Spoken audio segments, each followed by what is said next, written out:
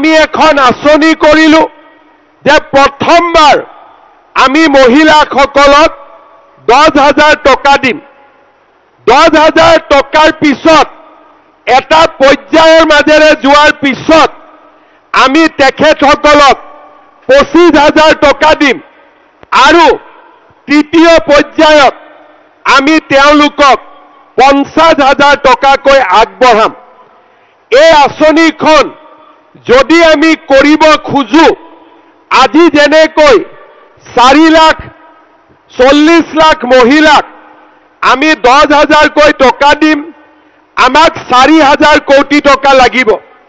যেতিয়া আমি 25,000কৈ টকা দিম, আমাক 10,000 কোটি টকা লাগিব আৰু যেতিয়া আমি 50,000কৈ টকা দিম, আমাক 20,000 কোটি টকা লাগিব।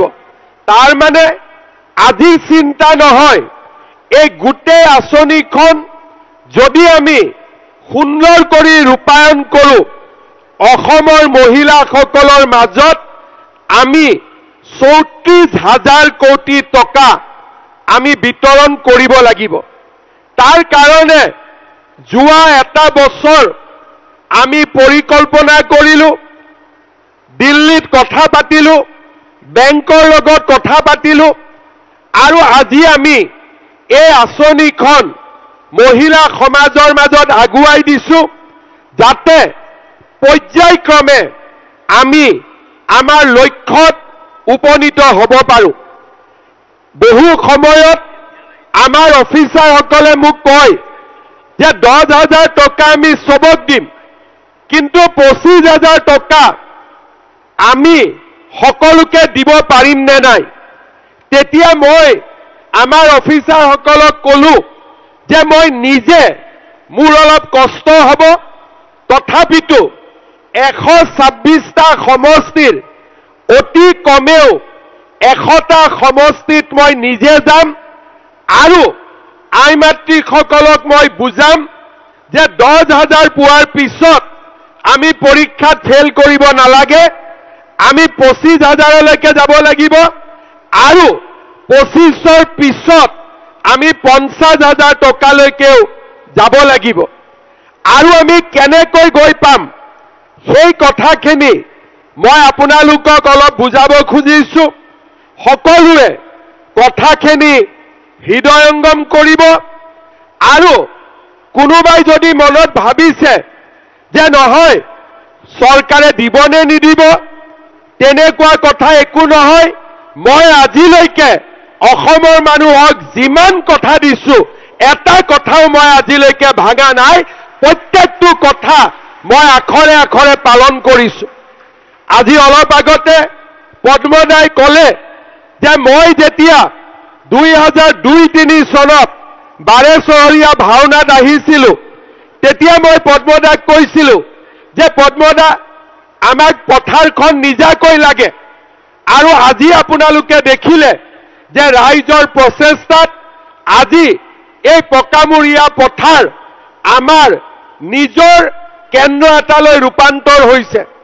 চতিয়াত যেইবাৰে আহিছো, জামুগুৰিত যেইবাৰে আহিছো, ষ্টেডিয়াম লাগে ষ্টেডিয়াম, হস্পিটাল লাগে হস্পিটাল, ৰাস্তা লাগে ৰাস্তা, কোনো প্ৰতিশ্ৰুতি আমি অথলে যাব আজিলৈকে দিয়া নাই।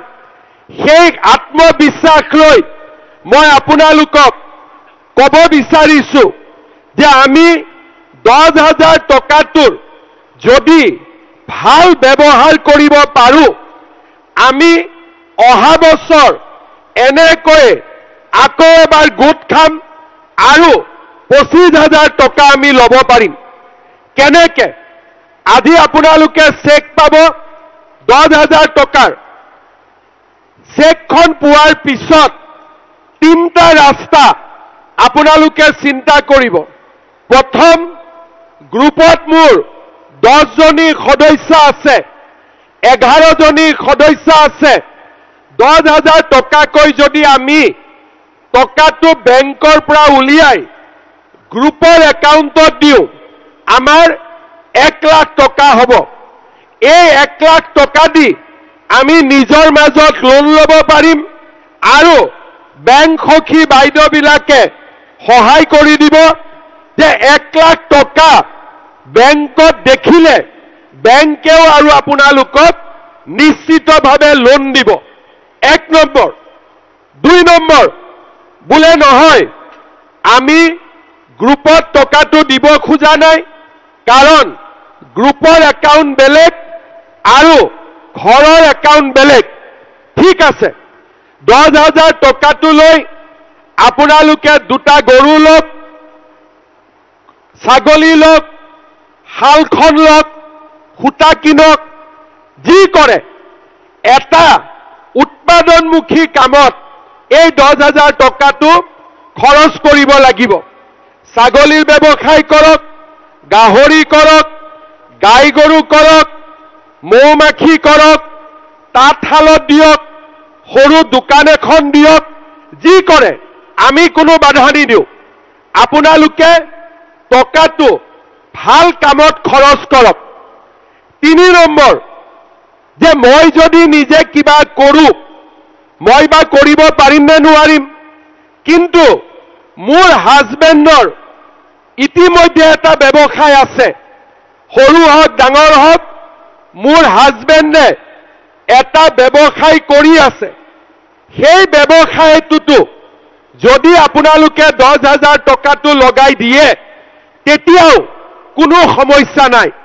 তাৰমানে গ্ৰুপত দিয়ক, নিজে খৰচ কৰক, নহলে হাজবেণ্ডৰ জৰিয়তে ঘৰৰ ব্যৱসায়টোত খৰচ কৰক। 6 মাহ 7 মাহ পিছত আমি আপোনালোকক সুধিম যে 10,000 টকাটো ক'ত খৰচ কৰিলে, বোলে আমি মোবাইল কিনিলো, তাৰমানে পৰীক্ষাত ফেল। বুজি পালে নে নাই? বোলে 10,000 টকাটো পালো, 2যোৰ নতুন কাপোৰ কিনিলো, পৰীক্ষাত ফেল। কিন্তু 10,000 টকাটো পালো আৰু গ্ৰুপত দিলো, নিজে কৰিলো, নহলে হাজবেণ্ডৰ ব্যৱসায় দিলো, আমি আৰু এনেকে আপোনালোকক মাতি আনিম আৰু 25,000 টকা আমি আপোনালোকক দিম। আজি নিৰামিষ ভাত, কিন্তু 25,000 টকা পোৱাৰ দিনাখন মাছ ভাত হ'ব। পদ্মদা পাৰিবনে নাই মাছ ভাত খুৱাব? পাৰিব। আৰু 25,000 টকাটো ভাল কৰি খৰচ হলে তাৰ পিছৰ বাৰ 50,000 লগত মাংস ভাত হ'ব। পাৰিবনে নাই পদ্মদা? কৈছে কিন্তু পাৰিম বুলি। আপোনালোকে শুনিলে নে নাই পাৰিম বুলি? টকাটোৰ দায়িত্ব মোৰ, মাছ ভাত আৰু মাংস ভাতৰ দায়িত্ব পদ্ম হাজৰিকাৰ। হ'ব, আপোনালোকে কাম কৰক আৰু আমি আপোনালোকক লাখপতি বাইদেউ বনাম। এইটোৱে হৈছে আমাৰ প্ৰতিশ্ৰুতি। আজি আপোনালোকে চাওক, বহুতে কয় যে লাখপতি কেনেকে হ'ম। কেতিয়াবা 2-1খন টিভিয়ে মহিলাসকলক জোকায়ো যে এওঁলোকে লাখপতি হ'ব। কিন্তু আপোনালোকে চাওক, আমাৰ নদুৱাৰৰে ইটাখোলা গাঁৱৰ সম্প্ৰীতি গ্ৰাম্য সংগঠনৰ নন্দিনী সেল্ফ হেল্প গ্ৰুপৰ মনালিসা দেৱীয়ে CLFৰ পৰা 2 লাখ টকা পালে, প্ৰাইম মিনিষ্টাৰৰ এটা প্ৰগ্ৰেমত লোন ললে, আৰু আজি বাইদেৱে মাহত 35,000 টকা উপাৰ্জন কৰে, বছৰত 5 লাখ টকা। কৰ ছোৱালী, কৰ মহিলা? নদুৱাৰৰ মহিলা।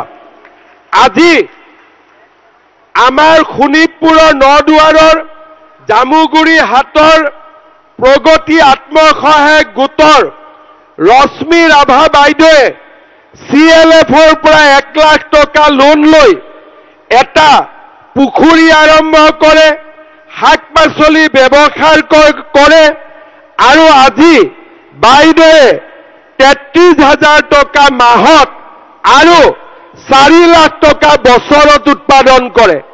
যদি ৰশ্মি বাইদেউ আৰু আমাৰ নন্দিনী বাইদেউ, মনালিসা বাইদেৱে যদি এই কাম কৰিব পাৰে, আমি সকলোৱে কিয় কৰিব নোৱাৰো, আমি নিশ্চয় কৰিম।